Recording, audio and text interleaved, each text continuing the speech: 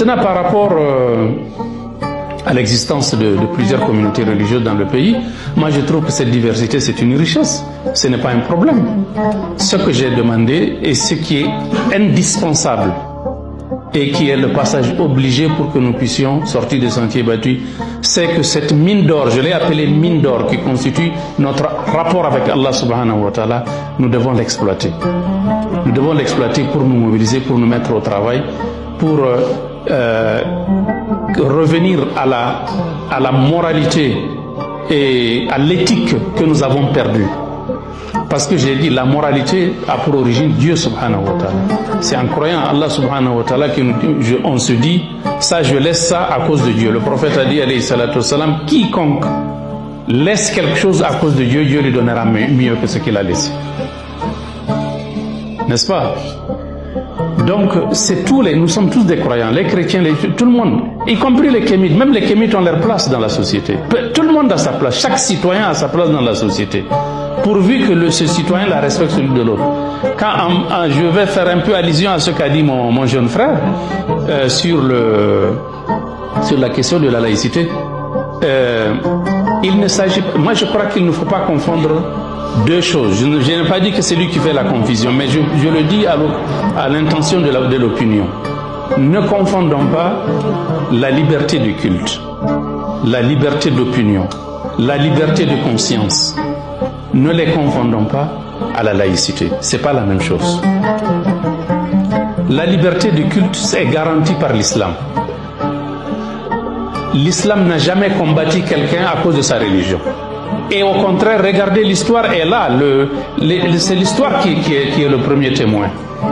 Tous les territoires qui ont été gouvernés par l'islam à travers l'histoire pendant 14 siècles, tous les pays du Moyen-Orient, prenez l'Égypte, prenez la Turquie, prenez la Syrie, prenez le Liban, prenez la Palestine, prenez la Syrie.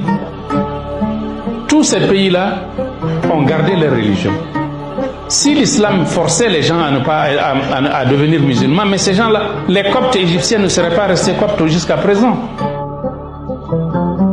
L'islam, ça n'existe pas dans le credo de l'islam de forcer quelqu'un, parce qu'on ne peut pas forcer un être humain à croire. La croyance se trouve dans le cœur. Vous pouvez pas forcer quelqu'un vous lui dites je vais vous tuer si vous ne devez pas être musulman, mais la personne peut dire je suis musulman par la bouche, mais par le cœur il reste autre chose.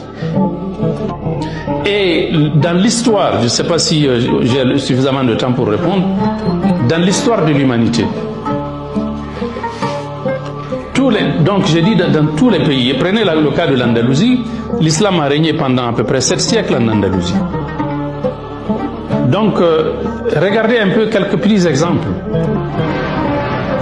J'ai un exemple que j'ai l'habitude de citer. Il y a l'ancien ministre des Affaires étrangères d'Israël, au temps de Golda Meir. Il s'appelle Abba Eban. Abba Eban. Il a écrit ses mémoires. Dans ses mémoires, vous pouvez les consulter.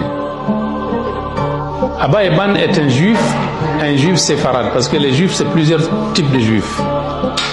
Les juifs séfarades, ce sont les juifs d'Espagne, qui sont originaires d'Espagne.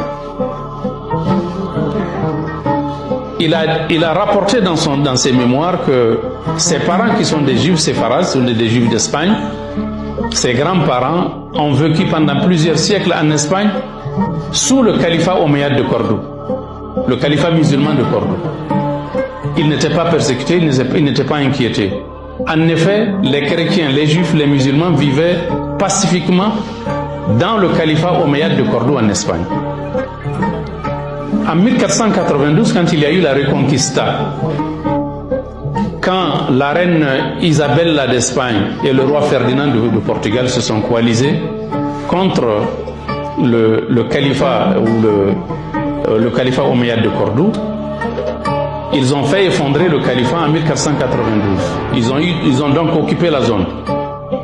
Ils ont obligé tous les non-chrétiens, les juifs et les musulmans, à choisir à avoir un de deux choix. Soit plier leurs bagages et quitter la péninsule carrément, la péninsule ibérique, ou bien se convertir au christianisme. Ceux qui refusaient étaient mis à mort, étaient exécutés. L'histoire est là pour nous le dire. Il a dit ses parents ont vécu en paix quand quand les musulmans régnaient à Cordoue, lorsque les chrétiens sont venus, ils les ont expulsés d'Espagne. Soit de se convertir au christianisme, eux les juifs aussi, ou bien de quitter l'Espagne. Il l'a dit dans ses mémoires. Toutes les mosquées de l'Espagne, après la Reconquista, ont été transformées en églises. Y compris la fameuse mosquée de Cordoue que vous connaissez. Cette mosquée a été transformée en église, ensuite c'est devenu un musée. Ils l'ont transformé en musée. Aujourd'hui en Israël, là où ils ont pris quand ils ont occupé la Cisjordanie, toutes les mosquées ont été transformées, soit détruites ou transformées en étables pour accueillir les animaux. Ça, c'est ce que les Israéliens ont fait. Et vous avez vu dernièrement à Gaza, ils ont bombardé les mosquées et ils ont bombardé aussi les églises à Gaza.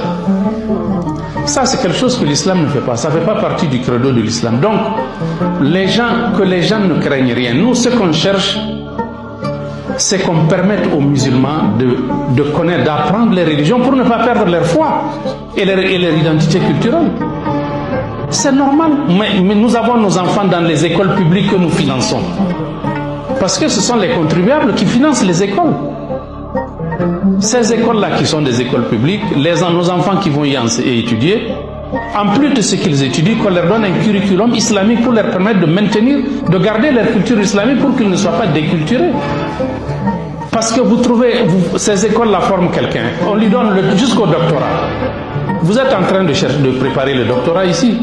Il y en a parmi vous, je suis sûr, qui n'arrivent pas à lire Sourate al-Fatiha, qui sont musulmans. Mais c'est une aberration. Est-ce que leurs parents souhaitent que leurs enfants n'arrivent pas à prier ou bien n'arrivent pas à lire la Fatiha? Nous disons donc, c'est cela. Maintenant, s'il y a des chrétiens, que les chrétiens demandent à eux de demander qu'on leur donne aussi quelque chose, qu'ils proposent aussi qu'on leur enseigne à leurs enfants ce qu'ils veulent. Ceux qui ne veulent pas, qu'ils le disent à l'école. Nous, nos enfants, nous ne voulons pas, mais on ne peut pas l'imposer à tout le monde. C'est injuste. Voilà ce qu'on a demandé. On n'a jamais dit qu'il faut priver un chrétien ou un homme musulman d'avoir ce qu'il veut ou bien de devenir musulman. Qui peut le faire? Même quand les musulmans étaient les maîtres de la planète, ils ne l'ont pas fait. Ce n'est pas aujourd'hui qu'on va le faire. Ça ne fait pas partie du credo de l'islam. Troisième question, les kémites. Est-ce qu'il peut y avoir un dialogue avec les kémites? Bien sûr qu'on peut avoir. Les gars, l'islam préconise le dialogue avec tout le monde. Vous vous imaginez que Dieu lui-même, subhanahu wa ta'ala, a dialogué avec tout le monde, y compris Satan. Dans le Coran, il y a un dialogue entre Satan et Dieu. Satan lui-même. Donc, il n'y a pas de problème. Les kémites, ce qu'on leur reproche, c'est leur agressivité. Le fait de prendre le Coran et de le piétiner et de le profaner. Profaner le Coran. Profaner le prophète. Profaner le nom de Dieu. Cette agression-là, mais on doit leur appliquer la rigueur de la loi. Vous êtes des juristes. À part ça, il n'y a aucun problème. Je crois que la mise en application, c'est que nous devons d'abord nous approprier justement de ces recommandations. Il faut laisser les approprier parce que à quoi on assiste aujourd'hui, en tout cas jusqu'à preuve du contraire, il n'y a aucune référence au divin dans des décisions que nous prenons. Il n'y a pas de référence. À ma connaissance, on parle seulement de valeurs, c'est vague. Mais parler de la religion, de l'islam qui est la religion majoritaire, ou même du christianisme, il n'y a aucune référence. Donc il faut d'abord qu'on reconnaisse l'existence, l'importance et le rôle que la dimension spirituelle peut jouer dans le règlement de nos problèmes. Tous nos problèmes, dans le règlement de nos problèmes de gouvernance. Parce que pour nous les musulmans, je vais répondre à la question de l'autre qui a parlé des deux positions musulmans et par rapport à la gouvernance. Mais pour les musulmans, dans la gouvernance, toute la gouvernance, tous les aspects de la gouvernance, l'islam a son mot à y dire par rapport à la vie du citoyen. Ce n'est pas moi qui le dis, C'est le Coran qui l'a dit. Qul inna salati wa nusuki wa mahyaya wa mamati lillahi rabbil alamin la sharika lahu wa bidhalika umirtu wa ana awwalul muslimin.